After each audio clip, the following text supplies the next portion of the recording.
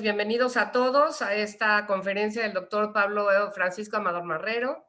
Él es investigador del Instituto de Investigaciones Estéticas de la Universidad Nacional Autónoma de México en la rama de Arte Virreinal, licenciado en Bellas Artes por la Universidad de Granada, España, en donde obtuvo el título en la especialidad de Restauración Escultórica. Cursó las asignaturas el doctorado en Historia del Arte de la Universidad de La Laguna y es doctor por la Universidad de Las Palmas de Gran Canaria, ambas instituciones en las Islas Canarias.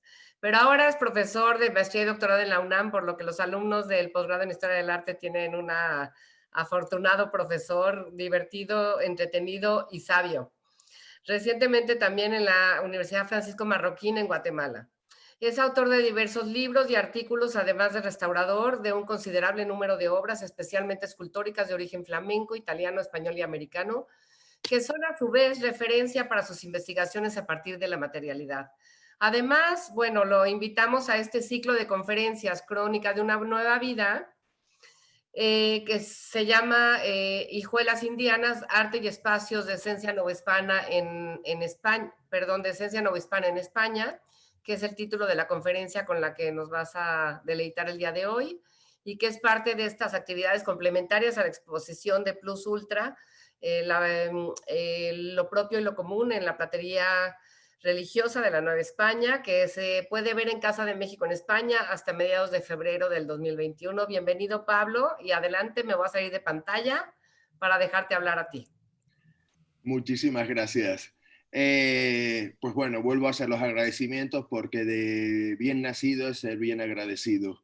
Y por supuesto empiezo con el agradecimiento al Centro Cultural Casa de México en España, con su directora a la cabeza, Jimena Caraza, a la que le mando un afectuoso saludo, y a todo su equipo, en especial a Vania Rojas con José Gasset, que han sido los responsables de este ciclo de conferencias que también he seguido y que me permito felicitar a mis compañeros anteriores por el alto nivel de sus ponencias.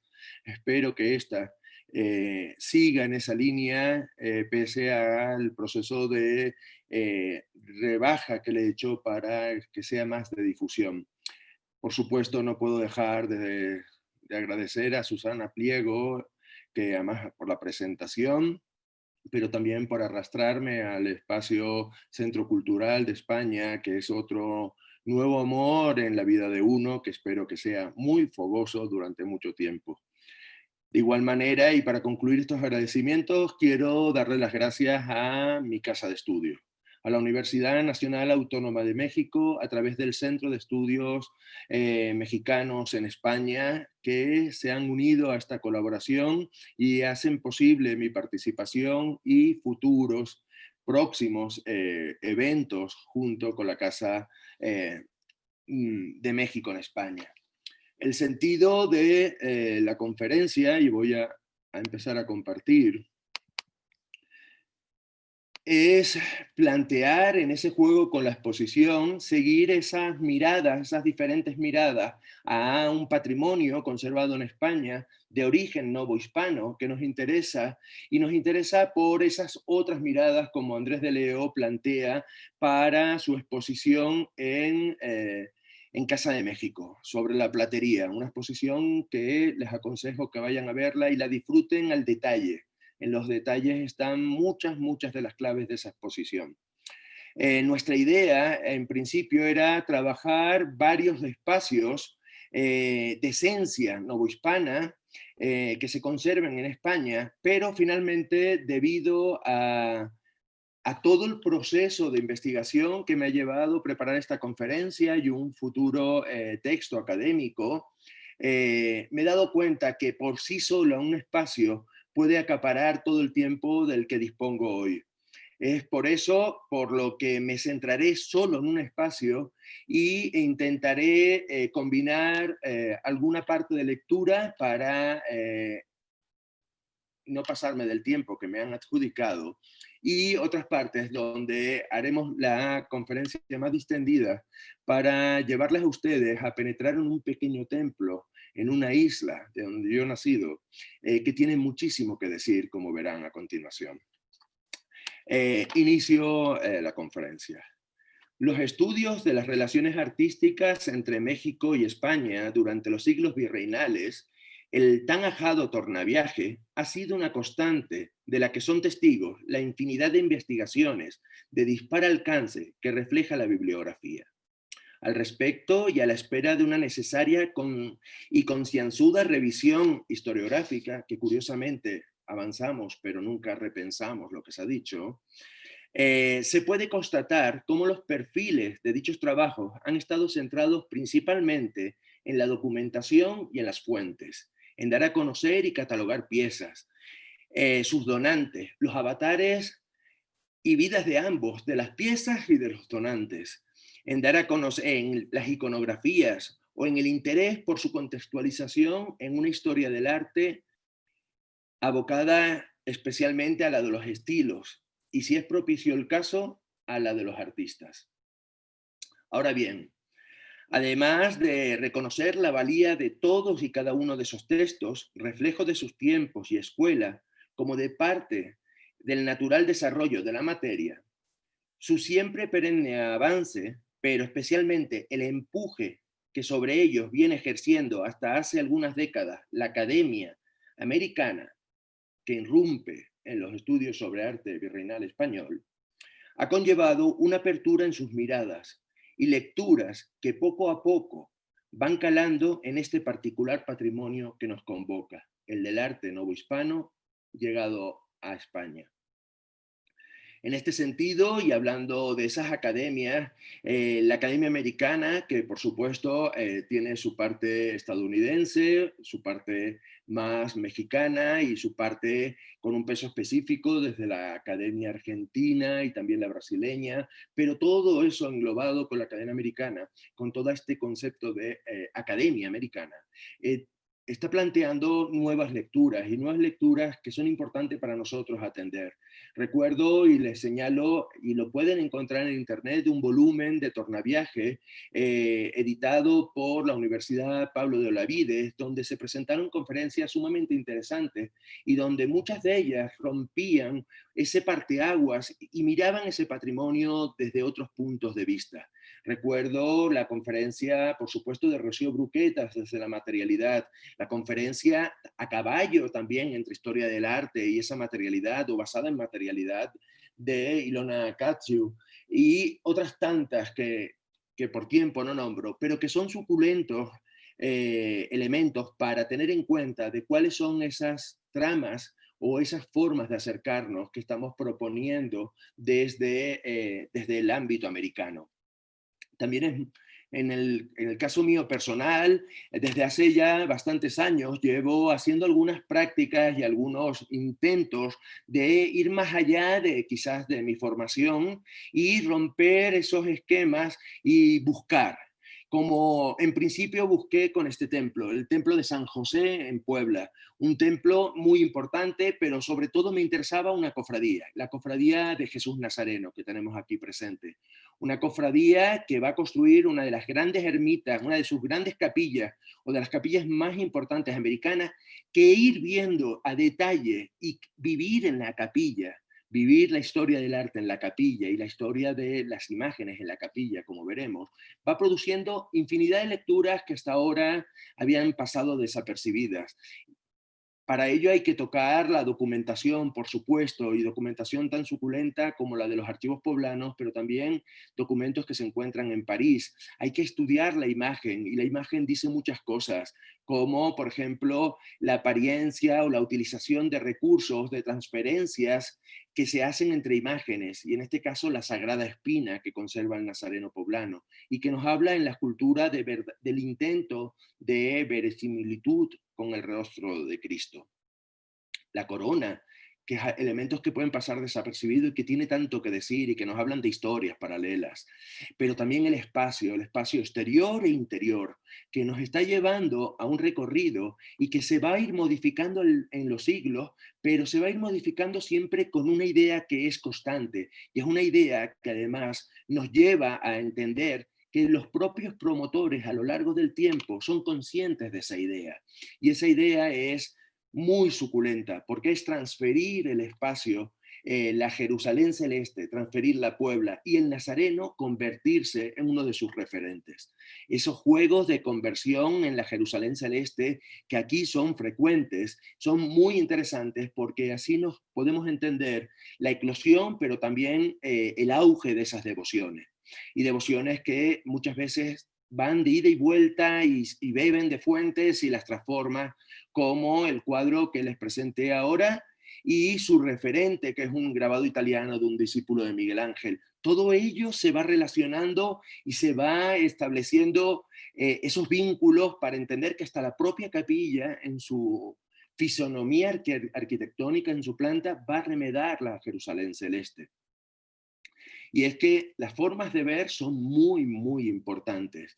Como intentamos, y esto es el preámbulo de la capilla de la que hoy vamos a hablar, ya lo intentamos hace algunos años con este espacio, que es un espacio de clarísima impronta americana, novohispana concretamente, y más aún poblana, que mandó a construir un comerciante genovés o turinés que vivía en Puebla a mediados del siglo XVIII y que lo que va a hacer es remitir la escultura, remitir piezas de platería y remitir una serie de piezas también de pintura y una gran cantidad de dinero para cambiar una sacristía en un pequeño templo en Toirano, una localidad entre Génova y Turín, y construir su gran capilla y llenarla toda de elementos alegóricos al propio México, con la Virgen de Guadalupe siempre presente, que es una alegoría principal, pero también imágenes, imágenes como un San José que curiosamente luego ha pasado desapercibido como, o ha pasado como obra genovesa, y que habla de cómo los genovés tenían una presencia en Puebla y cómo para los genoveses lo poblano les sugiere Génova, algo que también aludiremos hoy, un poquito más adelante. Pero las formas de ver también pueden ser de ida y de vuelta y puede haber detonantes. Y en este caso, un pequeño crucificado de caña de maíz recientemente restaurado de forma magistral por unos colegas de Castilla, ese pequeño crucificado nos lleva a otro espacio y un espacio en Piña de Campos con un templo muy, muy interesante. Siento que se cubra parcialmente la pantalla del retablo, porque pensé que estaría yo solo, pero en su parroquia, en la parroquia de Piña de Campos, en Palencia, vamos a encontrarnos un retablo muy español, pero cuya esencia es americana. Y es un retablo y un espacio, una capilla, que tiene que ver con un fugaz arzobispo de México, con un familiar que va a ser deán de esa catedral, de la mexicana, y que va a traer parte del patrimonio y lo va a establecer en la capilla. Ese patrimonio y la conjugación con obras y artistas locales, castellanos, como está demostrando Ramón Pérez de Castro, que es con quien estamos trabajando, de la Universidad de Valladolid, nos da otra lectura de lo americano, de cómo lo americano se funde y muchas veces cómo lo americano no se llega incluso a atender como propiamente americano. En esos modos de ver, parafraseando el título de Berger, y condicionados por la libertad que en cierta manera tenemos desde la escuela mexicana, con un menor peso que la europea en cuanto a las tradiciones de la historia del arte, nos lleva aquí a acercarnos y mirar ese patrimonio desde otros enfoques.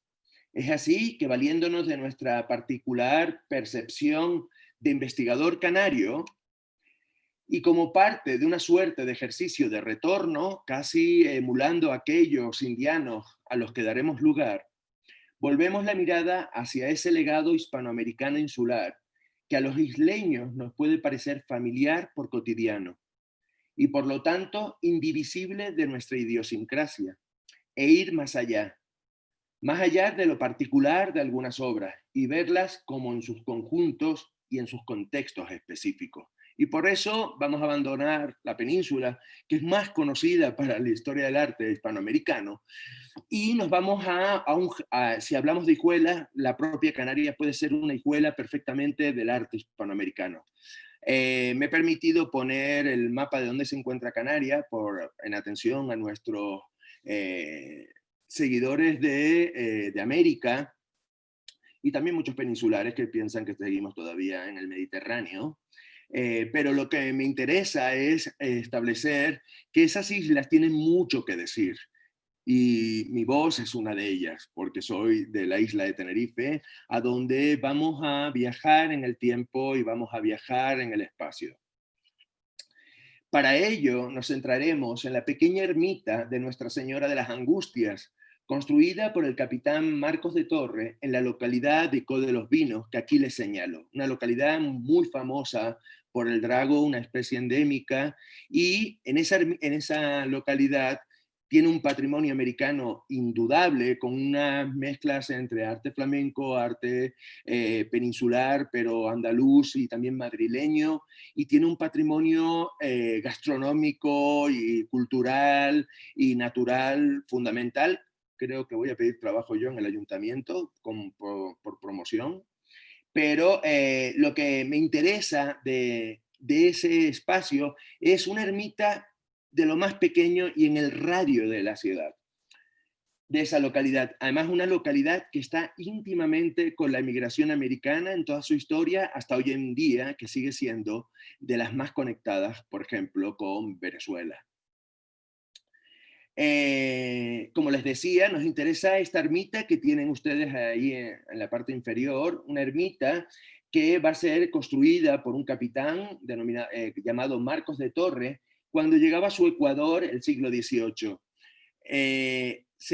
Empieza a construirse desde algunos años antes y va desarrollándose casi 2 décadas en la segunda mitad del siglo XVIII. A nuestro modo de ver y por múltiples elementos, se trata de una particular hijuela del exuberante jardín patrimonial que de origen americano hace del archipiélago un singular enclave para la historia del arte hispanoamericano e ideal para este tipo de ejercicios como el que hoy les voy a presentar. Con una nutrida y abundante bibliografía referencial, mucha de ella basada en la rica documentación histórica que se conserva, nuestra idea es ver este pequeño templo en su conjunto, interrelacionando contenedor y contenido, y a la vez su historia, su donante, interrelacionando además otras muchas cosas, como la geografía, tanto la artística como la devocional, en la que se encuentra además la ermita, todo lo cual iremos focalizando, además de dar un espacio también a la realidad local de la que participa y conlleva a la distinción que finalmente le hemos asociado desde hace ya algún tiempo. Y hoy remarcamos en ello. La percepción de conjunto que nos interesa desarrollar está, como adelantábamos, lógicamente anclada en diferentes investigaciones que de menor o mayor calado han aludido a la ermita o su patrimonio. Contamos con estudios que van desde lo contextual hasta lo particular, y dentro de estos últimos incluso al desarrollo pormenorizado de dispares análisis de muchas de las obras que contiene y a los que también daremos lugar.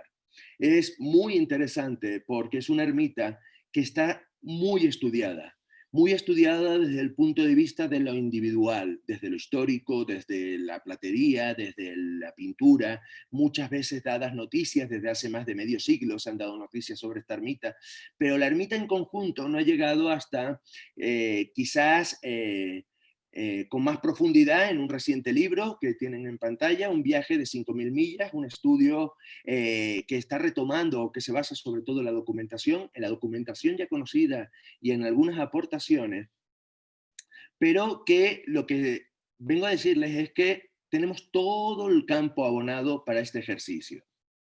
Además, una ermita que tiene tanto que decir que si no fuera por la pandemia en la que nos encontramos, tanto su titular como uno de sus habitantes, a los que les presentaré posteriormente, un despojo, como lo llamo yo a veces, estarían ahora en el Museo del Prado. Y estarían no en cualquier sección, en esas otras lecturas que proponemos, esa dolorosa que hoy veremos y que disfrutaremos y que esperemos que se coloque en primera línea del arte hispanoamericano, no solamente del arte hispanoamericano en Canarias o en España, sino también en el americano, en el hispanoamericano, por razones propias, y hoy verán por qué, debería estar en el Prado, pero por su materialidad y por su resignificación de la materialidad, en una sección que se llamaría Impronta Indiana, que ya en sí misma está hablando de esas formas de ver diferente.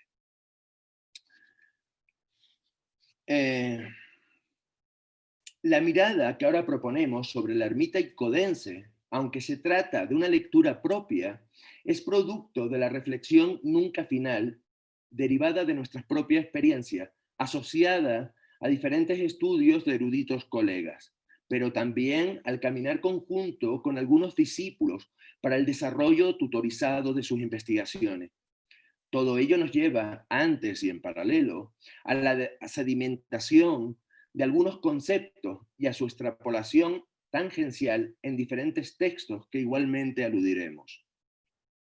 Como parte de esa coyuntura, hemos de recordar la valía de las investigaciones que abre nuestra propuesta, el texto que tienen aquí del año 89, aunque hay algunas referencias anteriores, de Espinosa de los Monteros y Moas, Eduardo, donde pone en valor dicho acervo como tal, o sea, nos da a conocer a través de la documentación ese acervo, sus personajes, quienes participan, la documentación que generó, pero también va dando algunas pinceladas sobre el patrimonio que atesoró y que hoy en gran parte, aún conserva.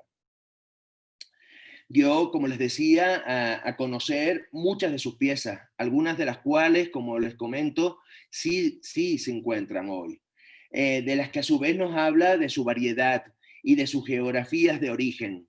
Son esculturas, pinturas, platería, tejidos, mármoles y muebles provenientes de la Nueva España. Y en la Nueva España, concreto, desde la Ciudad de México, pero también tenemos piezas poblanas, piezas también llegadas de Campeche, a los que se suman otros destinos americanos no gratuitos, y ahora explicaré por qué, como el caso de Cuba y Guatemala, además de añadirles procedentes de Génova, de Inglaterra y hasta de la mismísima China.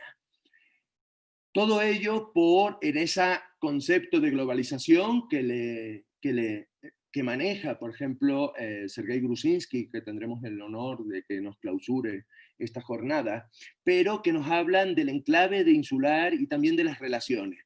Cuando hablamos de Campeche, hablamos de La Habana o hablamos de La Guaira, tenemos que tener en cuenta el tráfico comercial entre Canarias y América. Fuera de la flota de Indias y con las reformas borbónicas, es fundamental entender que Canarias tiene una flota que está permitida, que conviene para la realeza y a la que se le está dando registros para acudir a esos puertos. Y entre los puertos más importantes en donde sí puede atracar los barcos canarios, van a ser eso, La Habana, La Guaira y Campeche. Por eso ese patrimonio está representado en la ermita, porque vamos a hablar de un capitán de navío y de un comerciante con América y un prestador.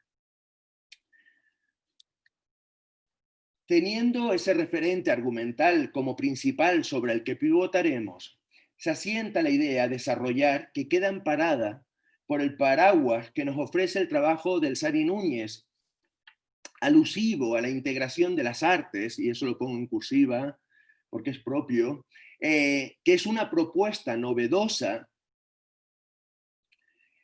para la capilla del Ochavo de la Catedral de Puebla y que para nosotros, por muy cercana que sea, no deja de ser reveladora.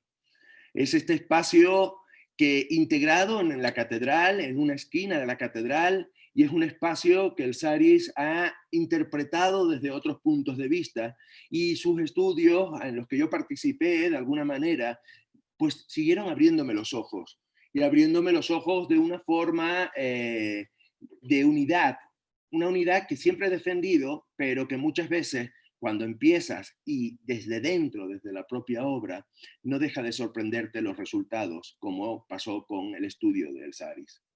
Para llegar a este método de análisis, ambos coincidimos en la importancia de la llamada de atención que una vez más nos sugieren siempre las investigaciones de Luisa Elena Alcalá.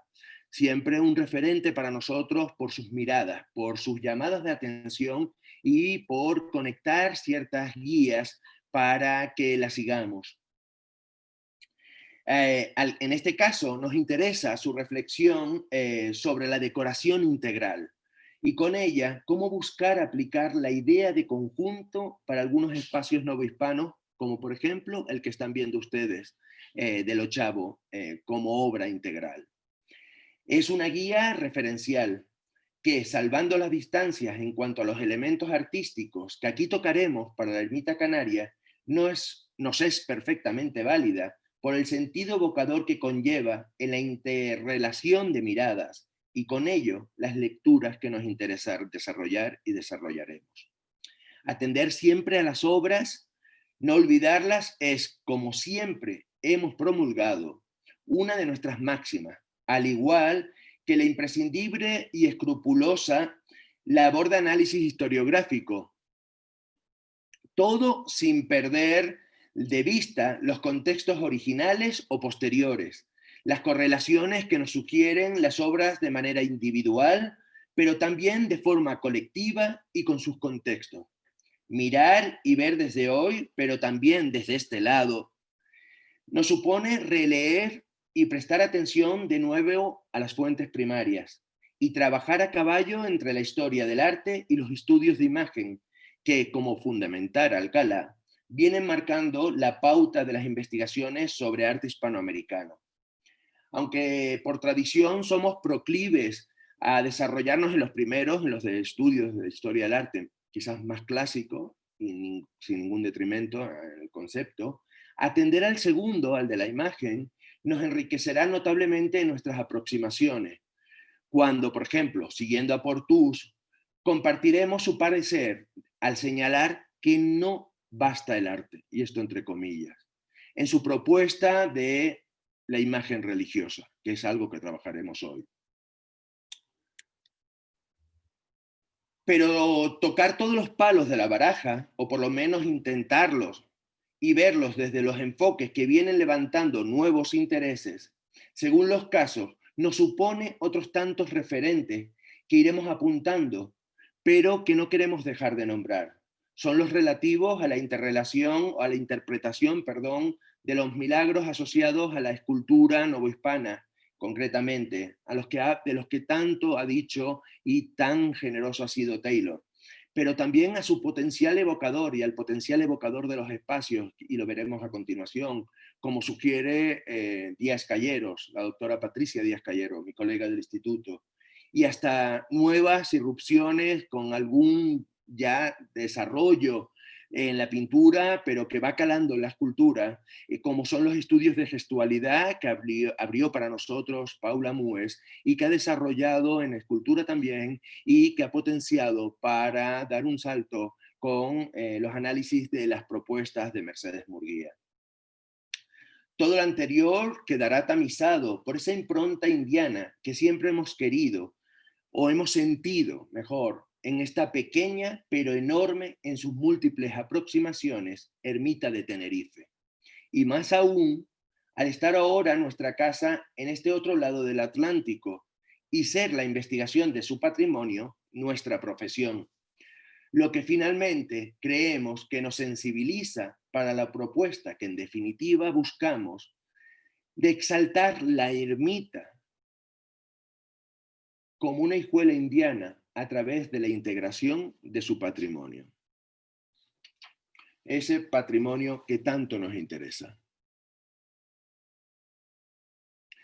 Y nos vamos ahora, de forma muy breve, a hacer un recorrido paralelo, pero en dos tiempos.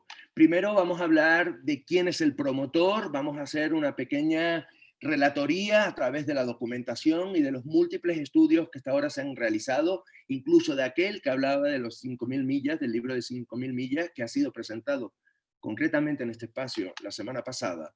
Y vamos a plantear quién es ese personaje para luego hablar de la historia constructiva de la iglesia, de la ermita, y pasar a entrar en ella. Porque lo que les invito es a contemplar su patrimonio y a entenderlo, pero siendo partícipe de ello, entrando en un espacio, en una ermita no de gran tamaño, una ermita canaria estudiada en sus estilos, en sus formas, por David un colega del Archivo Diocesano de Tenerife, David Gorbea, y lo que me interesa es establecer estos paralelismos para luego entender mejor su patrimonio. Esta ermita se la debemos a Marcos de Torres. Marcos de Torres nació a finales del año de 1697. Tuvo una educación ejemplar. Piensen que estamos en Icó de los Vinos, no es una de las localidades principales, estamos al norte de la isla de Tenerife, muy cerca del puerto principal de la isla, que estaba en Garachico, aunque luego por una erupción volcánica va a tomar protagonismo el puerto de la isla, otro puerto de la isla, el de Santa Cruz de Tenerife, que para aquel momento todavía no era capital, era San Cristóbal de la Laguna, y era una localidad con un parapeto comercial muy importante y una localidad en donde la nobleza no tenía tampoco tanto protagonismo como lo podría tener en zonas cercanas como el propio Garachico o la Orotava con las 12 grandes casas, o la Laguna, o hasta el propio Santa Cruz. Va a desarrollarse Marcos de Torres con una educación ejemplar que luego va a comunicar a sus hijos. Sus hijos van a ser personajes muy interesantes en la historia de Tenerife. Como era propio de su momento, va a trabajar en la milicia de la isla, y ya en el año 21, en 1721, lo vamos a encontrar en la península, principalmente en Cádiz, que eso es interesante porque nos va a dar pautas, conocer su vida, nos va a dar pautas para entender luego su panorama devocional. De Cádiz, donde va a cumplir como cadete, va a pasar a Badajoz, a Alcántara y hasta Ceuta en época de guerra. Va a ser una carrera lógica, no podríamos decir meteórica, pero sí una carrera que va a ir paso a paso y va a ser muy afianzada. Y muy afianzada además junto con su profesión de cargador, de capitán y de prestador. Ya en 1734 está casado, y está casado con una mujer de familia de abolengo, que es doña Magdalena Méndez Fernández de Lugo y Gallegos, y lo que va a hacer es, como todos los de la localidad, va a intentar promocionarse. Estos burgueses, estas familias burguesas, de comerciantes que se van enriqueciendo, van a tener siempre en la aristocracia ese punto de mira al que van a seguir. Y eso nos interesa porque luego hablaremos de ermitas y hablaremos de diferentes ermitas para entender esas diferencias y entender un poco mejor a nuestro personaje. Un personaje con una religiosidad interior muy fuerte, muy generoso.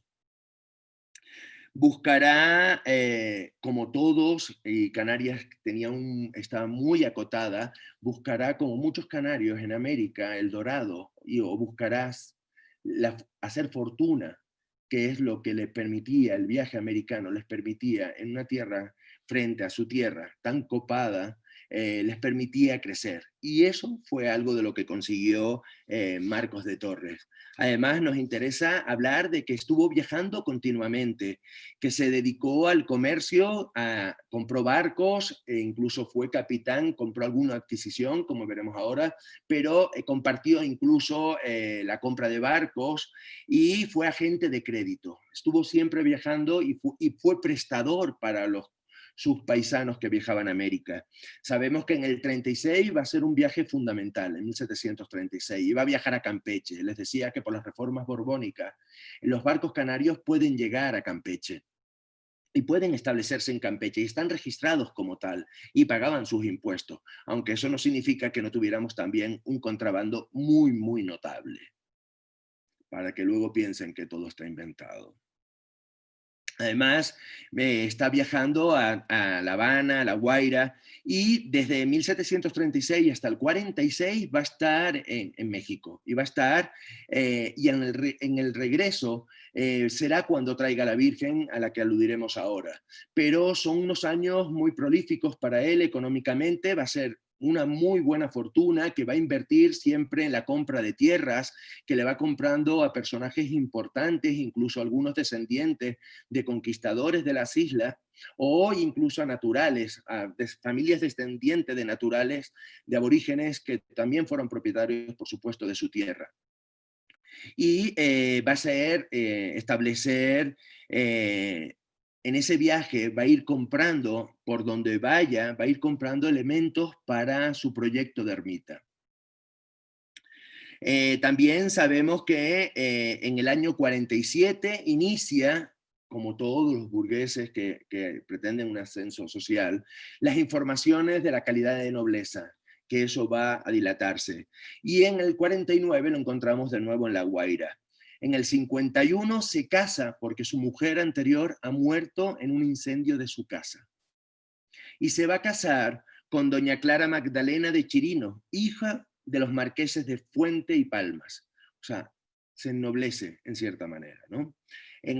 Un poco más tiempo más tarde lo vamos a encontrar viajando a La Habana y luego vamos a ver cómo sigue creciendo en su carrera en la propia isla. Es alcalde del Castillo de San Antonio, teniente general de los ejércitos reales. En el 62 ya es regidor perpetuo de la isla de Tenerife. En el 64 ya es capitán independiente y llega a comprar un buque de reuso que lo va adaptando y va a conseguir un registro para que ese buque viaje a América. Y poco tiempo después, en el 65, va a fundar el mayorazgo, la fundación de estos mayorazgos que requieren todo este tipo de fortunas, de tierras y de recursos económicos para mantenerlo, lo va a fundamentar sobre todo para conservar su nombre, como hacían los nobles, pero también para la devoción a la Virgen. Va a poner toda la ermita y diferentes tierras que ha ido comprando, que molinos de agua, viñas, que ha ido comprando, los va a destinar al mayorazgo, no son transferibles, no pueden ser vendibles, y estos mayorazgos lo que va a hacer es mantener el nombre de la familia y el cariz familiar a lo largo de la descendencia. Sigue viajando hasta bien avanzada edad y en 1780, perdón, fallece Nicot y es velado en su propia capilla. Pero eso nos lleva a esa ermita, a esa capilla. Y el inicio de la capilla, el inicio de esta capilla de las Angustias está en 1734, en el incendio de las casas anteriores que tiene Marcos de Torres, donde muere su primera mujer, y luego en el viaje a Campeche del que hablaba de 1736. En ese viaje, como les decía, va a adquirir infinidad de objetos de diferentes geografías, de La Habana, de Campeche, de la Ciudad de México, y además va a ir comprando también de otros mercados, como el inglés, que son muy, muy interesantes. En ese viaje va a comprar la Virgen en la Ciudad de México, y él lo dice, y lo deja todo anotado, porque tenemos todas sus cuentas, hasta cuánto costaban las cerraduras o cuánto costó los hierros para los velos del retablo. Y eso es muy interesante porque ofrece muchísimas lecturas. Compra en seres variados que los va a llevar a Canarias, cuando en su regreso, como les decía, en el año 46. Y en el año 46 va a viajar en el navío de Nuestra Señora del Rosario, que recuerden que en el 46 estamos en pleno proceso bélico y van a ser atacados ese navío. Pero antes pasa otro elemento muy interesante. En el traslado de la Virgen, que tiene que viajar 80 leguas, como dice la propia documentación que nos dejó de su puño y letra Marcos de Torres, en el viaje desde la Ciudad de México, en la corte de la Ciudad de México, donde él encargó expresamente a su madre amadísima, que era María de las Angustias, o sea, a la Virgen María de las Angustias, bajo la advocación de las Angustias, en esos 80 leguas que separan los puertos, o sea, la capital del puerto, lo que va a pasar es varios milagros, y milagros que nos hablan o nos refieren a esas cosas de las que nos está ilustrando Taylor, pero que también nos habla de la importancia de la documentación y de la importancia de los milagros para potenciar las iconografías, como hace Portús en una de sus últimas publicaciones. Y lo que pasa es que se cae, la caja se cae en un río y es salvada milagrosamente, y cuando abren la caja pensando que está dañada la imagen, ni se ha mojado la caja ni se ha mojado la imagen. Entonces empiezan esos milagros a aparecer, milagros que luego se van a potenciar en pleno proceso de viaje. La fragata, la Virgen del Rosario, que tenía como alias la Venus, que es muy elocuente. La Venus fue atacada por 3 navíos ingleses y llegó, se salvó, fue muy dañada, tuvo que llegar a Jamaica para arreglarse, pero lo interesante es que llega. Entonces, también ahí hay se lo achacan a la Virgen como protectora del navío. Eso pasa el 15 de marzo.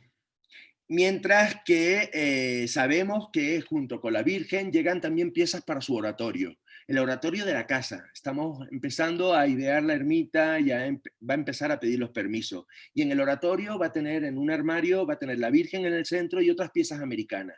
Piezas como un niño Jesús sobre una peana de cristal, o piezas sobre un San Antonio, pero después va a tener conjugarlos con tafetanes, va a tener atriles de carey, de carey hueso, de raigambre americana, pero después una cruz traída de Jerusalén. Y eso es interesante porque nos habla de la geografía en una pequeña localidad en la isla, cómo tiene toda esa influencia y esas llegadas. Ya en el 47, en el mismo año, prácticamente empieza a pedir y a tener privilegios e indulgencias para su imagen. Y va a haber un memorial para la erección de la ermita que le va a pedir al obispo el permiso consecuente para la construcción, y lo que va a desarrollar y de lo que va a hablar, que es muy interesante, es que lo que quiere es promocionar el mayor culto y devoción a su Virgen, a la Virgen de las Angustias, que ya estaba tildada de milagrosa, y además va a ayudar en un beneficio espiritual a los vecinos de esa zona, una zona inferior en donde está construido Icod, una zona ya más de barrancos, una zona agraria, una zona de molinos, una zona de vid, que muchas veces por pobreza, por no tener las vestimentas adecuadas, no gozaban de la misa en la parroquia o en las iglesias de algunos conventos. A ellos destina también este espacio, o esa es su finalidad, una de sus finalidades. Además, es muy interesante porque va a conseguir la ermita, porque aquellos a los que manda el obispo, los licenciados, el doctor y el licenciado que manda el obispo, ven esa realidad y la constatan, y ven lo factible y lo beneficioso que es para la fe la construcción del templo. Y en el año 48 finalmente va a haber una procesión desde la casa hasta la parroquia. Ahí va a haber un gran sermón, un sermón que además se va a publicar, que es muy interesante porque él mismo va a ser protagonista de ese sermón. Como tiene una educación tan cuidada, va a escribir y va a dedicárselo a uno de sus amigos y a uno de los que lo ayudaron, que es uno de la familia Carta, que trabaja de tesorero de la Hacienda Pública de Canarias, que siempre es interesante llevarse uno bien con alguien de Hacienda. Y nos interesaba también ese sermón porque quien lo va a redactar y los permisos que va a obtener se van a hacer en Cádiz, y quien lo redacta, que es el cura de la parroquia, va a dejarnos toda una cantidad de información que luego iremos entresacando y que hablan de milagros, pero que siempre habla de la hermosura de la Virgen, de las angustias de esa Virgen y de las angustias del viaje y de las angustias de la fábrica y del beneficio frente a las angustias que tiene todo ello. Y se va a publicar, y eso es muy, muy raro en Canarias. Y también va a establecer una cofradía y va a concederle escapularios, va a conseguir una bula desde Roma, va a pagar para conseguir esa bula desde Roma, y todo para potenciar su ermita. Una ermita a la que ahora entraremos y que finalmente va a concluir en 1760 con la colocación del escudo que vimos en la lámina anterior, ¿no? De ella tenemos hasta cuánto costaban las losas, cuánto costó el mármol, cuánto costó todo. Está perfectamente documentado por el propio Marcos de Torre. Y toca la campana poblana que conserva, dedicada a la Virgen también, a la Virgen de las Angustias, que cargó y que compró en Puebla. Toca la campana para llamarnos a su interior, llamarnos hacia la madre y su patrimonio, hacia la Virgen de las Angustias. Les invito a entrar en este pequeño templo que, como ven, fíjense la disposición, está muy cerca del núcleo urbano, pero todavía sigue en este maravilloso paraje que nos traslada a aquello que vio todavía Marcos de Torres. Nos acercamos y entramos. Entramos en una ermita sencilla, en una ermita bien conservada, muy querida por la parroquia, pero sobre todo por la gente del lugar.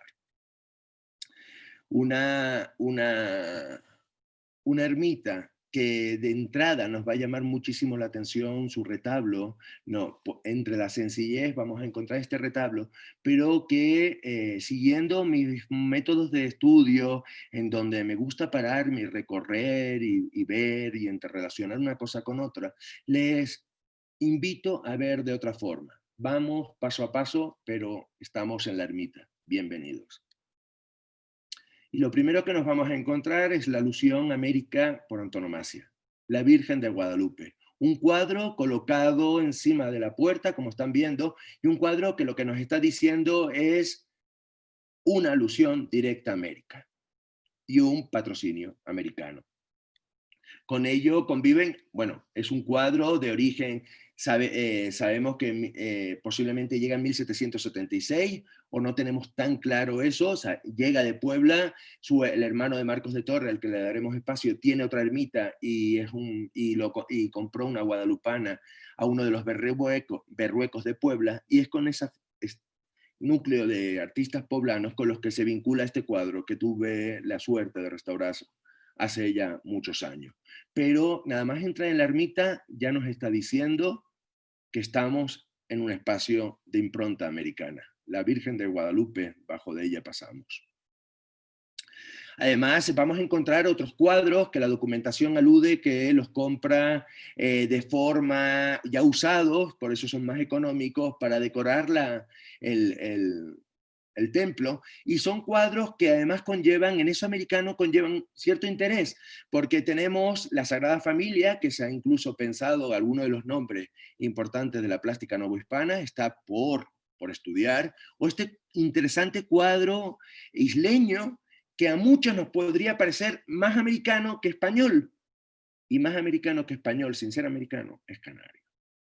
Y eso es muy interesante, porque también está esa relación, esas dependencias formales o ese sentir de los artistas canarios que tienen mucho y que miran mucho al patrimonio americano que les está llegando como referente. Pero vamos avanzando y en ese avance nos vamos a encontrar a despojos. Despojos es un caimán que colgaba, sabemos por la documentación, que colgaba en el techo de la iglesia, y es un caimán que que es conocido, que tiene una serie de leyendas asociadas, además leyendas que beben de lugares comunes con otros caimanes, y que nos hablaban, por ejemplo, de que el donante fue atacado y que convocando a la Virgen pudo salvarse y matar a la bestia, pero también tenemos otra historia, también compartida por muchos otros caimanes colgados en templos, que habla de un pastor que lo cría y al final el caimán se le revuelve. Recuerden que todo esto siempre son alegorías a los evangelios, como veremos también incluso en el sermón. Y es que esto del caimán nos llamó la atención, o se lo presenté a mi colega, la doctora Patricia Díaz Calleros, y nos interesó trabajar anteriormente en él, porque tiene mucho que decir. El caimán de Icó bebe de esa tradición y lo vamos a encontrar en infinidad, o vamos a conocer, todavía se conservan infinidad de caimanes y todavía se conservan rutas o documentación sobre ellos. Se vinculan con esas cámaras de maravillas, algunas ocasiones lo percibimos así, y los vamos a encontrar, además de con otros despojos, con serpientes, con colmillos, a modo de exvotos colgados como por ejemplo los de la Catedral de Sevilla, que son muy famosos. O vinculado con América, porque el Santuario de la Fuensanta tiene como titular una imagen de caña de maíz, un Cristo americano, y ahí encontramos esos despojos, tanto el del pez sierra, como el del cocodrilo, como el hueso de una ballena. Hablan de esos votos y del regalo, pero también de los peligros de América que lleva implícito, por ejemplo, el cocodrilo, ¿no? o sea, los riesgos también de América, que hacen factibles, la divinidad logra que por ejemplo, el canario, en este caso, don Manuel Milán, que es natural de la villa de Medina del Río Seco, en Valladolid, se enriqueciera y desde Puebla mandara este cuadro con también su copón, perdón, su cáliz, y también manda un caimán. Y eso es muy, muy interesante, porque esas son, al final es una relación con América, porque muchos de estos caimanes llegan de América, y el caimán al final se va a ir convirtiendo en un reflejo iconográfico de la propia América. Y tenemos, por ejemplo, los tratados de iconografía, y en ellos, como trabajamos la doctora Callero y yo, César Ripa, y cómo ese caimán va cambiando los nombres y se va haciendo, va pasando de lagarto, va pasando a caimán. Y cómo el caimán al final va obteniendo, o el lagarto, el dragón, va obteniendo un protagonismo que va a ser finalmente quien despoje al Nilo, a África, de esa iconografía, y va a ser propia de América y va a extenderse por toda la iconografía europea como reflejo, y americana también, por supuesto, como reflejo acompañando a América. Siempre no perdamos de vista y del interés sobre ese carácter del peligro, pero también de la protección, y lo vamos a encontrar en obras tan dispares como, y ya presentes como Alegoría de América, como en este caso de este magnífico biombo novohispano, pero también en pintura europea como la de Lebrun y hasta de Lucas Jordan. Y ir más allá también nos llevó en su momento, ir a entender que las piezas tienen otras lecturas, y frente a esos peligros y ese animal endemoniado y maldito, y ese animal que muere a manos del protector de la Virgen, o que muere gracias a que la Virgen protege a quien lo mata, también tiene otras lecturas, y lecturas tan interesantes como las que Paolo Macchio nos va a dar en un emblema, que es ciertamente interesante, y fíjense cómo cambian las historias. Y aquí lo tenemos, es un espacio interior, una iglesia, un caimán colgando en la parte alta. Y finalmente lo que viene a aludir, ¿no? Aquí lo tenemos, el templo, aquí la Virgen, y aquí tenemos el caimán. Y al final lo que nos está diciendo el emblema 37 de Palomacio es que el malvado asusta al malvado. Por lo cual, esto que es malvado o maligno, al final es protector de la Virgen. Entonces, esas fauces que hasta ahora siempre se ven de otra manera, también hay que verlas con cierto ánimo y cierto cariño hacia él, porque finalmente está protegiendo el templo, está protegiendo a sus moradores y está protegiendo a la señora de la casa, Nuestra Señora de las Angustias. Pero mirar la ermita nos lleva a mirar muchos lugares.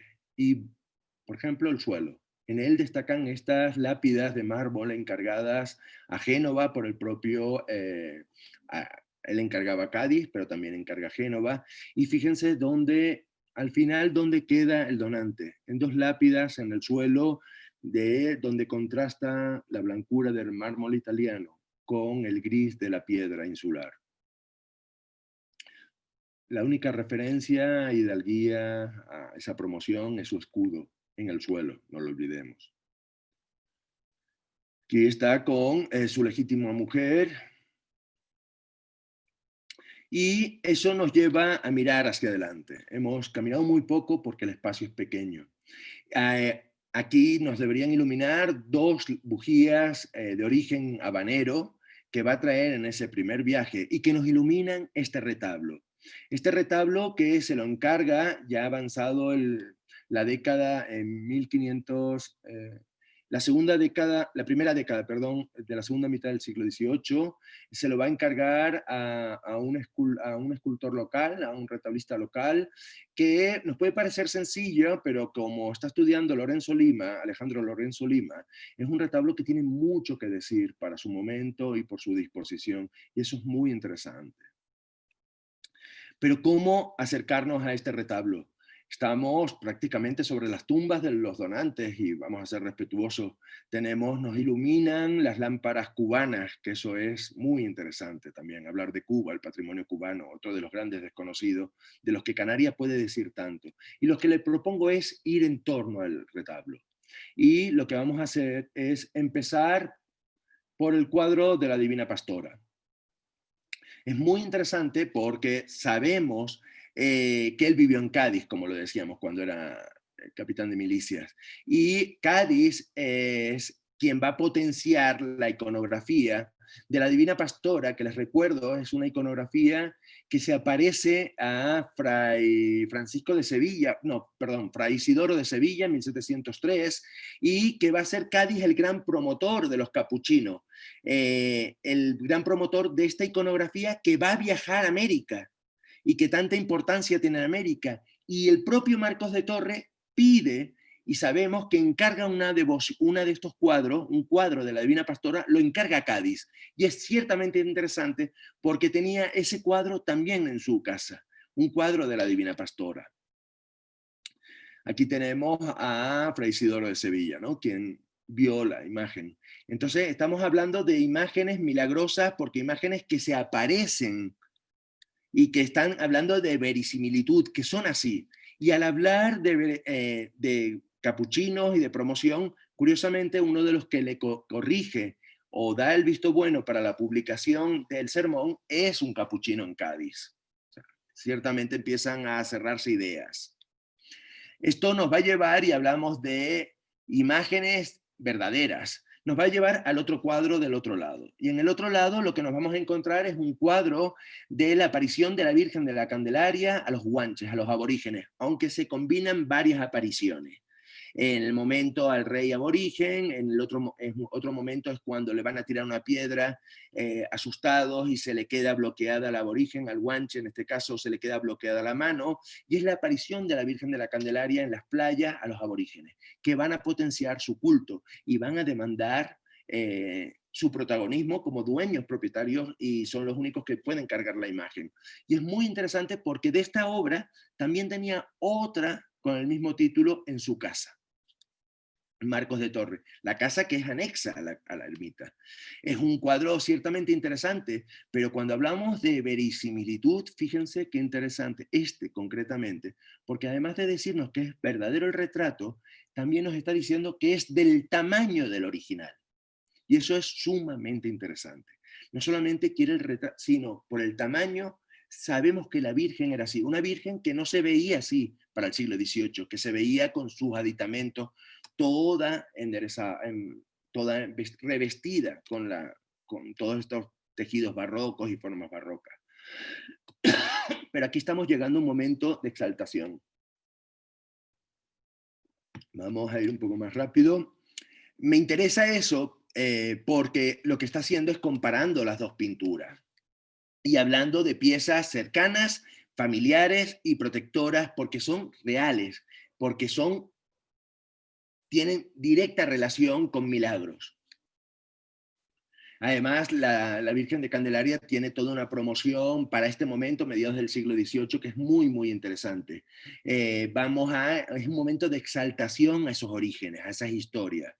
Y además creemos que puede tener, como dice Carlos Rodríguez Morales, que puede tener incluso sus orígenes en el teatro, que eso es muy interesante. Además, esta Virgen de la Candelaria, que ya habíamos dicho que nos recordaba a esta Inmaculada por las formas de pintar, esta es una Inmaculada, una Virgen de la Candelaria en un contexto inmaculista, perdón, nos lleva a proponer que es también a Nicolás de Medina el que ejecutó la Candelaria del retablo de la ermita. Pero lo interesante es que no nos olvidemos de esta Candelaria con todas esas alegorías inmaculistas, porque también esa Inmaculada está hablando de que es un verdadero tamaño y es la forma como lo que no se ve, lo que está debajo de los trajes barrocos. Pero es más,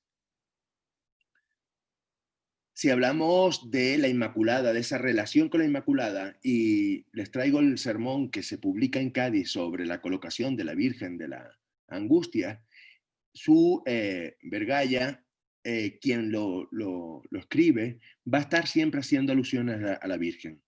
Y a la Virgen de las Angustias también como Inmaculada. Entonces está bebiendo de elementos comunes.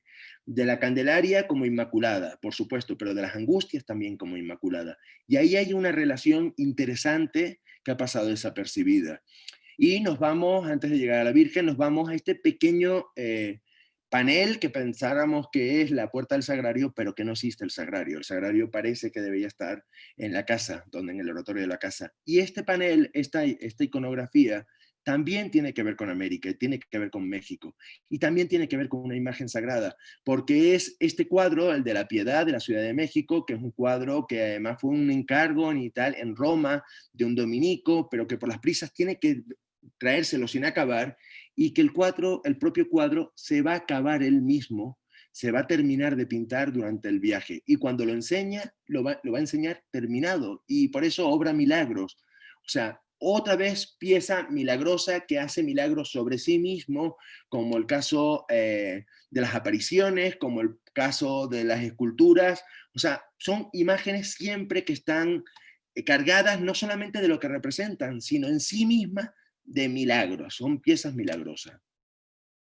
Ahora donde se encuentra eh,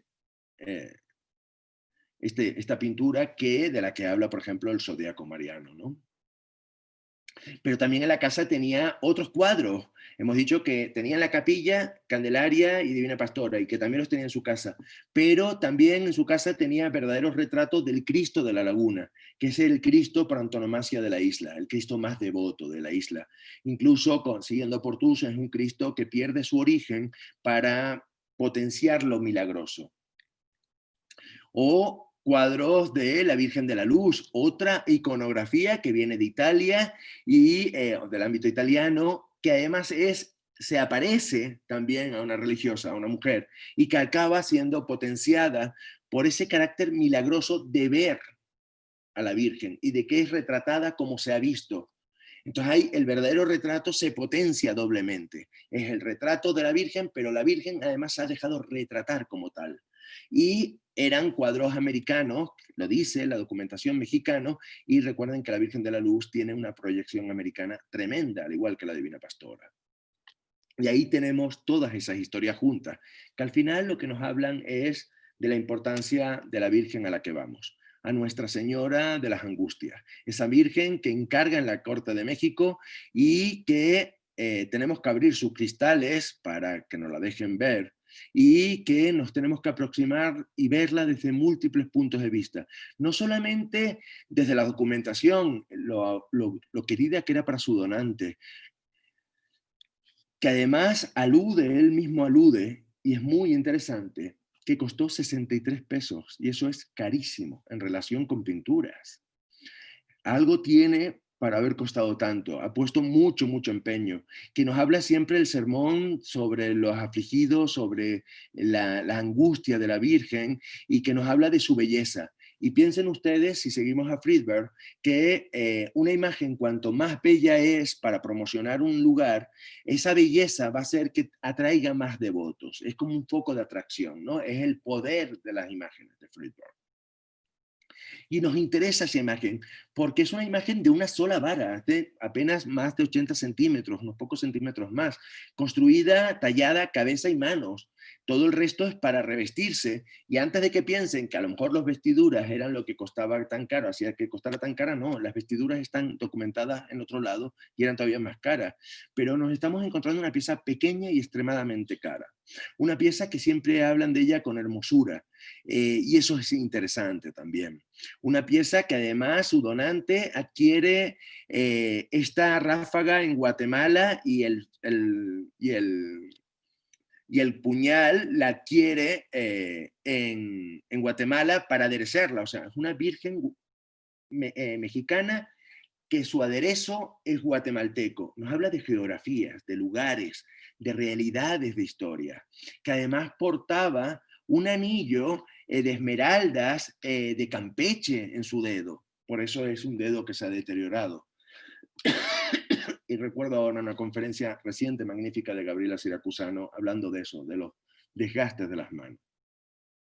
Y es una virgen que se ha aludido siempre como mexicana, de gran belleza, como les digo, les insisto, que tenía que ver mucho esa forma de trabajar el cabello tallado, como lo están viendo ustedes, esa forma del trabajo del tallado es muy interesante porque se ha relacionado con las formas de ser de la Nueva España o de cómo se vestían las mujeres en la Nueva España o cómo se vestían ciertas mujeres en la Nueva España, pero que luego nos genera muchos conflictos. Y miren esa calidad.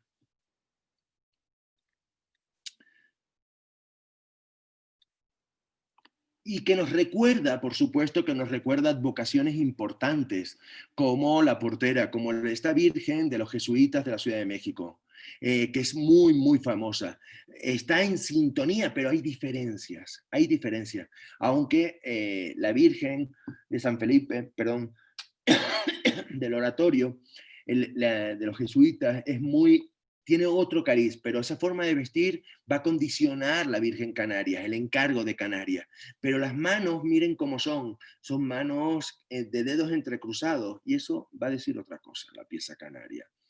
Porque si la comparamos, por ejemplo, con esta Virgen de Ita del Castillo, que la encarga a otra familia, es muy interesante porque esa otra familia la va a encargar a Sevilla, y estamos hablando de uno de los escultores o el escultor más destacado de la segunda mitad del siglo XVIII en Sevilla. Pero fíjense que hay muchas similitudes, pero también hay ciertas diferencias. Y es que nuestra Virgen es anterior a la de Ita del Castillo.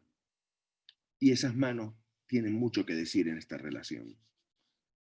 Una relación que además encontramos más que en Sevilla, que es más dada a la colocación de las manos en este sentido, entre los dedos entrecruzados, las vamos a encontrar en Génova. Y hice una maldad con unos colegas muy doctos en arte genovés en Cádiz, y de presentarles la Virgen americana, y decían que les recordaba totalmente a los genovés. Y es que de cierta manera hay esa relación. Se aleja en parte de lo andaluz y está muy cerca, más cerca de lo genovés en Cádiz, ¿no? Que es un puerto de referencia y es un puerto para el 18 de enclave de artistas genoveses. Pero mirando y hablando de aquellos referentes a los que me aludía anteriormente al principio, a Paula Mues y a Mercedes Murguía, recordaba sus enseñanzas o lo que aprendí con ellas durante escuchar a una y dirigir a otra, o codirigir a otra, y cómo me iba ilustrando. Y aquí me llama mucho la atención cómo la pieza canaria tenía mucho que ver con lo que hablaban ellos sobre gestualidad. Y eso es un campo que está todavía por explotar y que ellas son los referentes. Y aquí me debo a ellos sobre todo. Para ello es fundamental entender a Lebrun, a Charles Lebrun, a sus conferencias y a la publicación. Charles Lebrun está estudiando la gestualidad, y la gestualidad sobre todo en el rostro. ¿Y cómo debe ser el rostro? Estamos hablando de un pintor de primerísima fila en el ámbito francés, que es muy conocido, que tiene una influencia en Italia muy importante, que ya alude Paula Mues, y que a través de Italia posiblemente, o también de las múltiples republicaciones de sus conferencias y de las láminas que ilustra, va a difundirse a nivel de los centros productores artísticos. Y esos centros, además, Lebrun va a trabajar las 21 pasiones del alma, y todo en el rostro, y de una pasión deriva a otra y se va entremezclando, y a veces son sutiles, y opone los caracteres amables de una parte con lo que se podrían ser negativas de otra, ¿no? Y ahí vamos a encontrar, por ejemplo, la tristeza que nos interesa a nosotros, ¿no? Que es la que hablaba anteriormente y que está muy abocada aquí, a nuestra Virgen. Además también tenemos las relaciones de cómo establece Lebrun y cómo se concluye. Y eso también nos interesa, porque lo que vamos a hacer entender que toda la difusión de sus modelos, de sus referencias, a través de láminas, va a llegar a América. Pero, como dice Paula Mues, va a llegar a América no a lo mejor copiando a Lebrun directamente, aunque sí sabemos que Cabrera, como ya lo demuestra, o Ibarra lo tiene de referencia. Más, Cabrera incluso copia láminas de Lebrun. Pero nos interesa que lo que establece Paula Mues, porque lo que a ella más le seduce es el hecho de que ese Lebrun, más que llegar directamente, llega en sintonía con los repertorios grabados, ¿no? Y las fuentes, otras fuentes. Y es un proceso teórico que tiene más que ver, además de que con un pintor, con un grupo de pintores. Entonces, quizás como dentro de la Academia Mexicana que ella trabajó tan genialmente en el arte maestra, ¿no? Y fíjense como artistas que trabaja Paula, mexicanos como José de Ibarra, aquí lo tenemos, o un escultor poblano, como también está mirando a Lebrun en cierta manera. Este juego de fotografías me parece muy ilustrativo con el referente. O estas otras significaciones, porque miren a Miguel Cabrera hablando del amor, el amor simple. Y ahí tiene el amor simple de todas estas imágenes en Cabrera. Pero nos interesa el de la tristeza y el ánimo de varios personajes que vamos a encontrar en la pintura novohispana. Y ese ánimo, esa tristeza aparece en la pintura, pero también aparece en la escultura. Y en este caso, la escultura de nuestra Virgen. Pero decíamos que es tan importante la forma de construir la imagen, una imagen de candelero, que todo tiene que ser condensado en cabezas y manos y entender el contexto que va a ser vestido. Esas manos tienen que ser muy, muy poderosas. Y estas son las manos de la Virgen de las Angustias. Y esas manos también tienen todo un proceso. Y un proceso de interpretación, como nos marca tanto Paula como Mercedes Murguía. Y que nos hablan y que nos explican y nos dicen cosas y que nos ayudan a interpretarlas como el ploro, pero también como en el sentido como de la importancia de condensar en un movimiento que no es este, sino la colocación entre una palma y el puño, como nos está diciendo también que está afirmando, está diciéndonos otras cosas, y esas cosas es la aceptación también, ¿no? A través del gesto de la cara y la combinación con las manos. Además el ploro, ¿no? El implorar, por supuesto, pero también el cabello, y el cabello no está tan cercano de los modelos que estaban vistiendo las mujeres en la corte de México en mediados del siglo XVIII. Lo estamos viendo en Lebrun, y ese Lebrun que, por ejemplo, tiene los ecos en Cabrera. Y aquí vemos perfectamente esas decoraciones y esas formas que no son de la vida novohispana, sino son de las formas lebrunianas.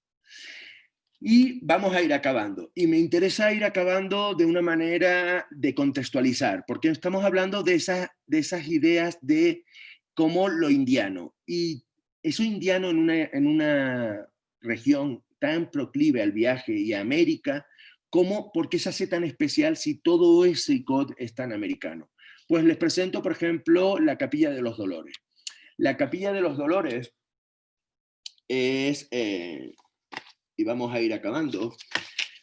Llegados a este punto y sin abandonar aún el recinto, no los dejo salir del templo, volvemos a preguntarnos por aquello sobre lo que hemos puesto nuevas lecturas y que finalmente nos lleva a retomar la adjudicada alusión desde el título. Todo en esta ermita de las Angustias hace de ella un singular espacio de fuerte impronta indiana que, a modo de una suerte de jardín desgajado, una hijuela, representa a aquel del que toma sus componentes. En relación con lo anterior y siguiendo Alcalá, la mirada de conjunto de este microcosmo indiano-isleño o isleño-indiano y los cuestionamientos que sugiere, al igual que las citas geográficas evocadas, Campeche, Puebla, La Habana, explícitamente nos conllevan a reflexionar sobre el lugar que ocupa la ermita. Y ese lugar vamos a interrelacionarlo con 3 ermitas que se están construyendo al momento. Y en este caso las vamos a hacer y tienen origen en elementos del comercio indiano. Por ejemplo, la ermita de Gabriel de Hurtado de Mendoza, que es una familia, los Hurtados de Mendoza. Él es un comerciante americano que está enraizado o que quiere ennoblecerse. Tienen capilla en el convento franciscano de la ciudad de la localidad de Icod, y es muy interesante porque al final acaban saliéndose de esa capilla y van a construir esta gran capilla anexa al convento, una capilla que él deja estipulada que se construya y que se la pide a los herederos. Pero fíjense, hasta la imagen titular, que es con la que comparábamos la nuestra, es una pieza sevillana. Y todo el repertorio ornamental, que puede estar relacionado en cierto elemento con aquello tan sencillo del retablo, pero aquí todo es una alegoría a la Virgen, pero también es una alegoría a la propia casa, los Hurtados de Mendoza. Los Hurtados de Mendoza lo que van a intentar es ennoblecerse, pero pronto. Y van a utilizar la imagen de la ermita también como para potenciar su realidad social. Es más, si hablábamos que la imagen de Torres estaba en su escudo, en la tumba, que al final acabas pisando, en este caso, ellos tenían incluso en el arco principal de la ermita, de la capilla, tenían su escudo de armas, que lo sabemos por la documentación. Y tenían, además, es muy interesante porque están hasta los herederos de Gabriel de Hurtado, están presentes. Nosotros no tenemos cuadro de nuestro promotor, no hubo nunca cuadro de nuestro promotor. Aquí están presentes y en la capilla mayor. Y esos cuadros tienen también mucho que decir por toda la maquinaria de la que están envueltos. Y americano, además, esa ermita solo tiene una imagen de Santo Domingo que es derivado de un cambio por otra escultura también hispanoamericana, pero que no es por lo americano, no está ahí por lo americano, está ahí por la onomástica de un familiar.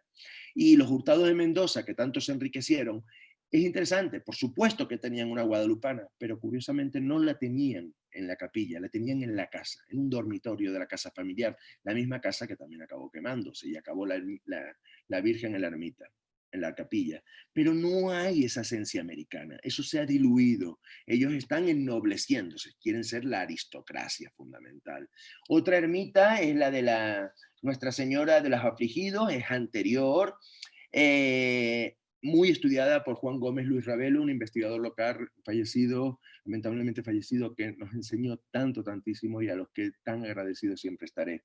Y sabemos que fue un capitán quien la formó. Es un capitán que en 1717, por devoción a la Virgen, quiere construir al lado del Calvario, en una salida del pueblo, quiere construir una ermita a Nuestra Señora de la Soledad. Otra imagen de la soledad de la Virgen. Estamos hablando de lo que decíamos al principio, de esa geografía mariana devocional que también Juan Gómez Luis Ravelo establece.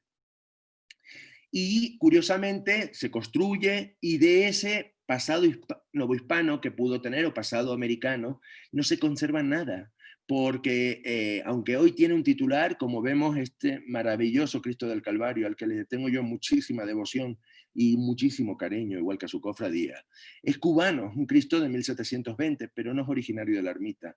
Viene en 1870, llega a la ermita por solicitud, y llega desde la parroquia donde había sido enviado por otro de los indianos o otro de los hijos de Icod que vivía en La Habana.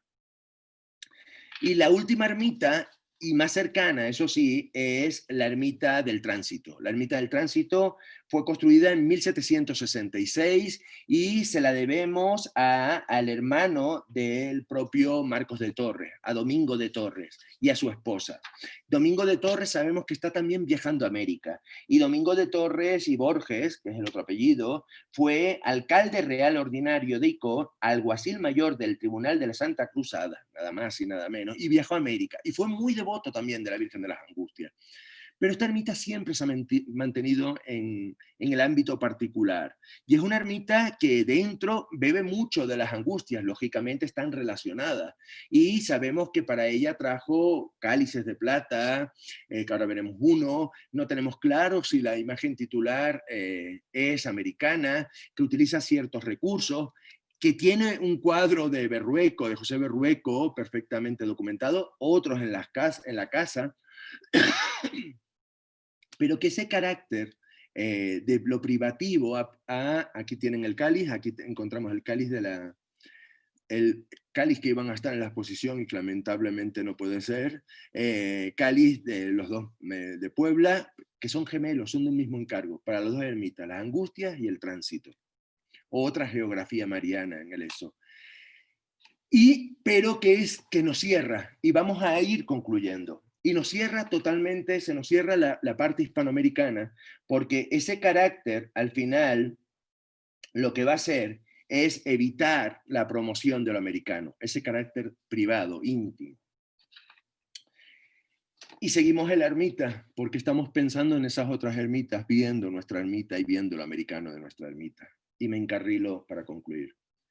Como hemos visto con la comparación planteada entre templos, lo explícitamente indiano sigue marcando la diferencia del espacio que estamos pronto ahora y así a abandonar. Pero antes, y como parte de la propuesta que hemos seguido de Alcalá, Luis Alén Alcalá, nuestro referente, también aceptamos su sugerencia de pensar en los cambios y ausencia, lo que nos hace girarnos una vez más hacia nuestro amigo el Caimán. Pese a los detallados listados que dejó de su puño y letra Marcos de Torres, sobre todo aquello que tuvo que ver con la ermita y sus tierras y sus procesiones, nos percatamos en este momento que faltan referencias al Caimán. Aunque ello no debe ser concluyente, dicha ausencia quizás tenga explicación en el hecho de ser una posible donación posterior, por lo que igualmente está en sintonía con los intereses de Núñez Méndez, del Saris Núñez, en su búsqueda relativa a la integración sin desatender las múltiples temporalidades que pueden convivir en un espacio. Puede llegar más tarde, pero está en sintonía perfecto con lo que está diciendo la ermita, el Caimán, América. Es así que ahora, cuando siguiendo a Portús, hemos dado un mayor peso al sermón del cura de la parroquia, y tras los milagros relatados, especialmente aquel que tiene que ver con que la Virgen cae al río, la caja y que la salva el propietario y que no está ni siquiera mojada, ahí hay una intercesión divina, eso al final, y como dice Taylor, tiene su reflejo en los evangelios, porque se están apropiando del éxito de los evangelios. Y tiene su reflejo en el Apocalipsis. Otra vez más, como hablamos de la Inmaculada con la Candelaria, ahora el sermón habla también del Apocalipsis, pero el Apocalipsis con el dragón atacando a la Virgen. En el propio sermón, el dragón atacando a la Virgen. Y dice el sermón hablando del dragón. Y recuerden que dragón es también Draco, y los cocodrilos se relacionan también con los dragones. Y dice el Apocalipsis, y retomada por el propio sermón a la Virgen de las Angustias, la persigue a trazas de sumergirla, introduciéndola a un río que rápido la absorbería, y asimismo se libera de este ahogo, porque hay luego quien la acuda. Este paralelismo nos lleva a lo señalado por Taylor, como les he dicho, en sus profundos análisis de las relaciones entre las imágenes novohispanas como hacedoras de milagros y lo descrito en los evangelios, por supuesto. Así, además de validar la sacralidad de la talla, que eso es muy importante porque se está cargando de sacralidad, el hecho de que Cristo intercediera por su mano o por mano del dueño, le da un plus a la imagen y por lo tanto también su deseado destino isleño, porque hay una aceptación de ese camino, porque no le pasa nada, no sufre daño, está cumpliendo con su camino y es ese deseo final de llegar a la isla y de arropar a sus isleños, aquellos de los que hablaba anteriormente. Pero si seguimos a Luis Alén Alcalá, también hay otras ausencias, ¿no? Y las ausencias de los navíos. Y los navíos es algo también frecuente con las imágenes que tienen que ver con el mar. Aquí les presento la ermita de San Telmo en Las Palmas de Gran Canaria, pero en el roque en Garachico, cerca de la localidad donde estamos, en Icod, también vinculado con el mar, miren esta pequeña ermita que es a San Roque, y miren cómo está también el mar. O en este caso, interesantísimo, también vinculado con los marineros, con San Telmo, y cómo está el barco, un barco maravilloso, maravilloso, procesional, que en donde se coloca la escultura, estamos en Santa Cruz de la Palma, una ciudad que mira al mar y que mira siempre a América. Pero sigamos, porque voy concluyendo, Susana. Cuando hablamos de todos estos elementos de Caimán y hablamos también de navíos, de esos navíos, nos lleva a plantearnos como un referente posterior, y los navíos también son posteriores, por lo cual hay un éxito de esos navíos, pero también nos plantea la idea de Kunstkammer, o sea, de Cámara de Maravilla, algo que Clara Bargellini ya ha estudiado para el caso de los Chavos y que el Saris Méndez habla, pero en el ámbito religioso. Lo que me interesa de todo ello es cómo esta Cámara de Maravillas habla de geografía, habla como la propia iglesia en la que estamos, en la que vamos a estar a punto de salir, habla de geografías, habla de las cosas naturales que tiene que tener una Cámara de Maravillas, o sea, el Caimán, pero de lo artificial ya también, ¿no? Habla de elementos ricos, elementos variados, del coleccionismo que ha viajado. Todo eso lo cumple la ermita, ¿no? Como estos ejemplos que estamos viendo, pero también habla de habla de la aceptación de ese pueblo para el que fue rendida la ermita por su donante. Y ahora que llama la campana misa, es cuando nos dirigimos hacia su puerta. Y cuando dirigimos hacia su puerta, leemos el cuadro de la Guadalupana, lo encontramos de nuevo. Pero ahora la Virgen, la iconografía de América y el reflejo de la propia América se relaciona con el espacio y nos está hablando de otra realidad. Es un cuadro que sabemos estaba colocado desde origen encima de la puerta. Y cuando atendemos a la puerta, y eso es muy importante, y atendemos a las imágenes que nos forman las obras con los espacios, entendemos que esa puerta es otra imagen, una imagen en relación con América, y que lo que al final nos está enseñando es el océano que separa, pero que igual nos une entre Américas y Canarias, y que nos protege. Muchísimas gracias.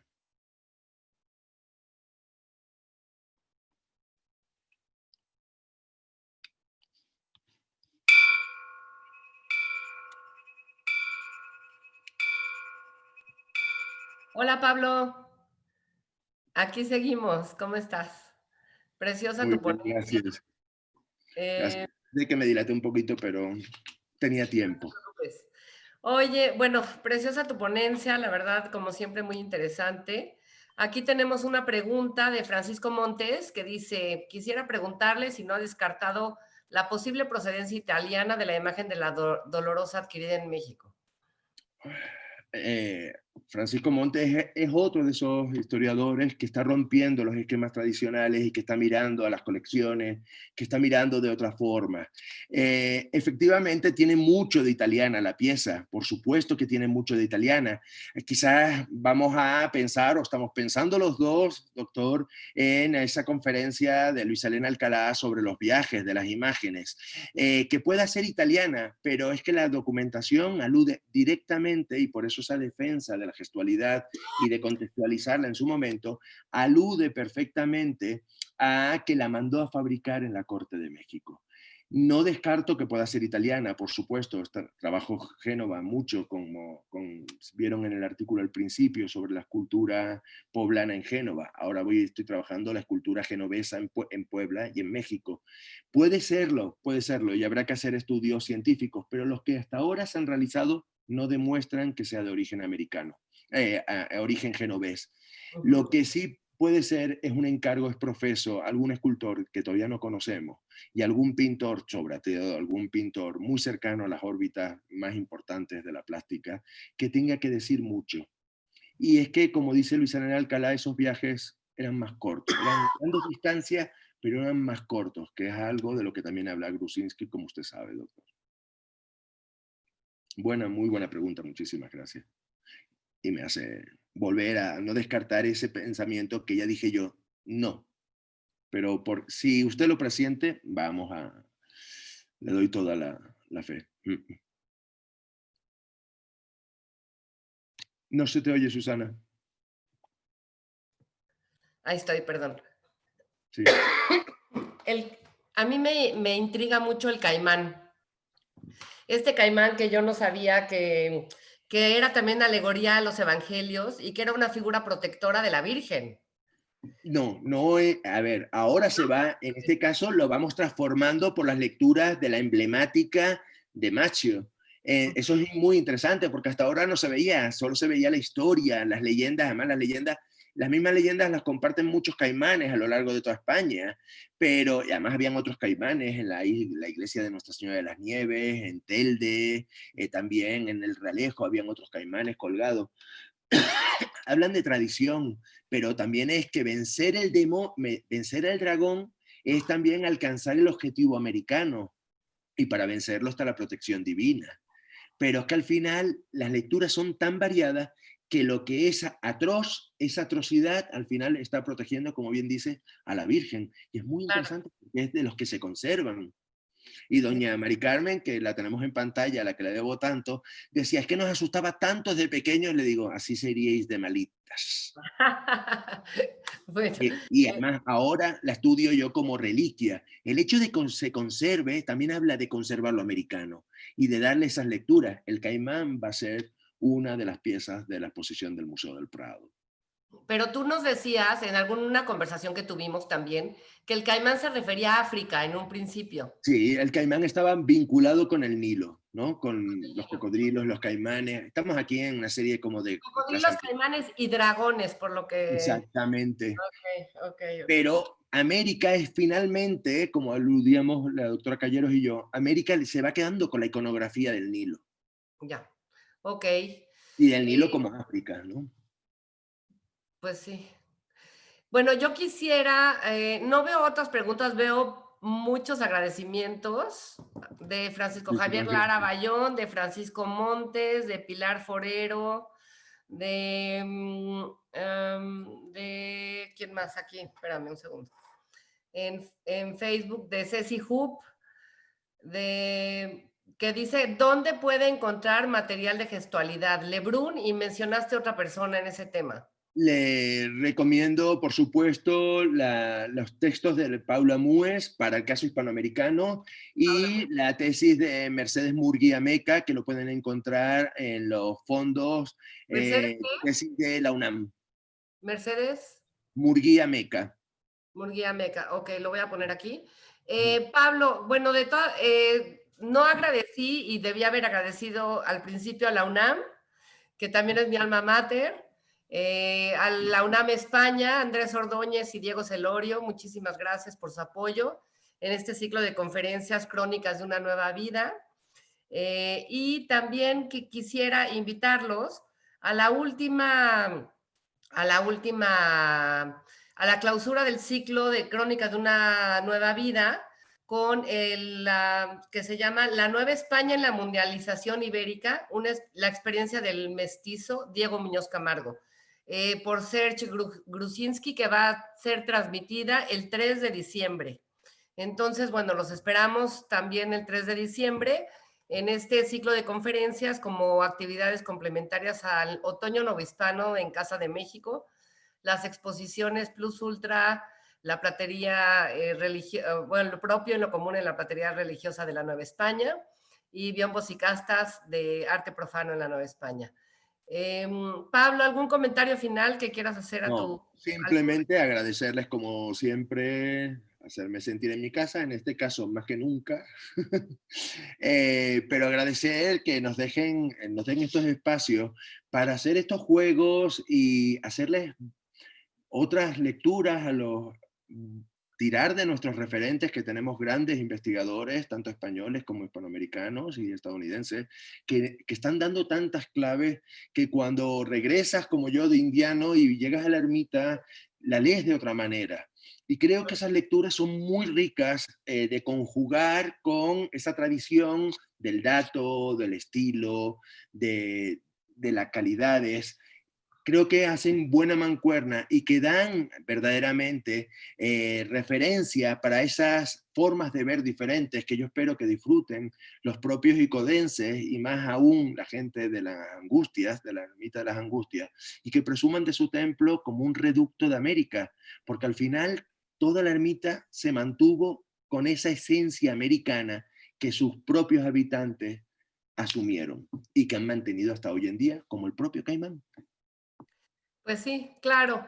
Y otro comentario nada más así rápido ya para irnos, es que esta Virgen de la Candelaria Uh -huh.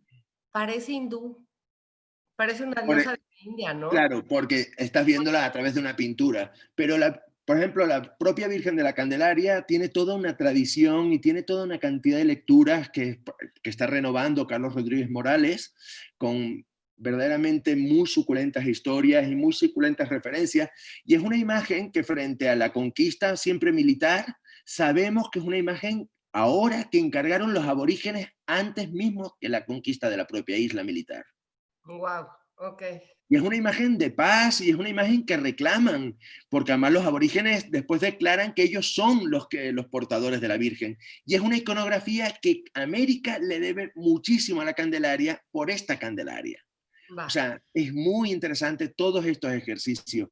Reclamemos el patrimonio español, miremoslo de otra manera, compartamos con los colegas. Francisco Montes es ya una persona consagrada, pero muchos jóvenes que piensan que el arte siempre es de una forma y son tantas las aristas por las Claro, que ver sí, y tan ricas en todos esos contenidos. sí, por supuesto. Pues muchas gracias. Aquí tengo a Mónica Ruiz Trilleros, que la conociste, es la restauradora de las piezas de plata, que nos ayudó a limpiarlas con una paciencia impresionante. A Valeria No, Ramírez, maravilloso. sí, que te agradece mucho, a Marcela Barona, y ya. Entonces, espérame un segundo.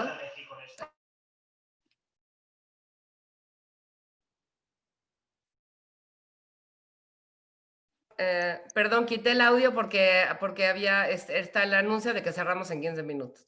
Pero bueno, aquí hay un último mensaje que dice de Francisco Montes: espero visitaros pronto cuando la pandemia nos deje. Entonces, bueno, espero que vengan pronto. Casa de México, nuestra casa es su casa, de todos, de españoles y mexicanos. Y si hay estos estudios que nos permiten profundizar en nuestro patrimonio compartido, pues qué mejor que analizarlos, verlos y hacer ese tipo de diálogos, de conferencias, un poco para que vayamos entendiendo cómo estas imágenes viajan y estas iconografías viajan y de dónde vienen y las técnicas que son increíbles, que los cristos de caña y las esculturas de bulto, este Cristo horroroso que tenemos aquí en exhibición. Está precioso, pero es muy fuerte, son muy fuertes esas imágenes para mí. Pero bueno, te agradezco muchísimo, como siempre, Pablo, tu Es un ayuda. placer para ustedes. Muchísimas gracias. Para mí siempre es un placer colaborar con ustedes. Bueno, pues aquí los esperamos y buenas noches. Gracias a todos por escucharnos. Cuídense mucho, queda poco. Sí, esperemos. Gracias. Buenas noches.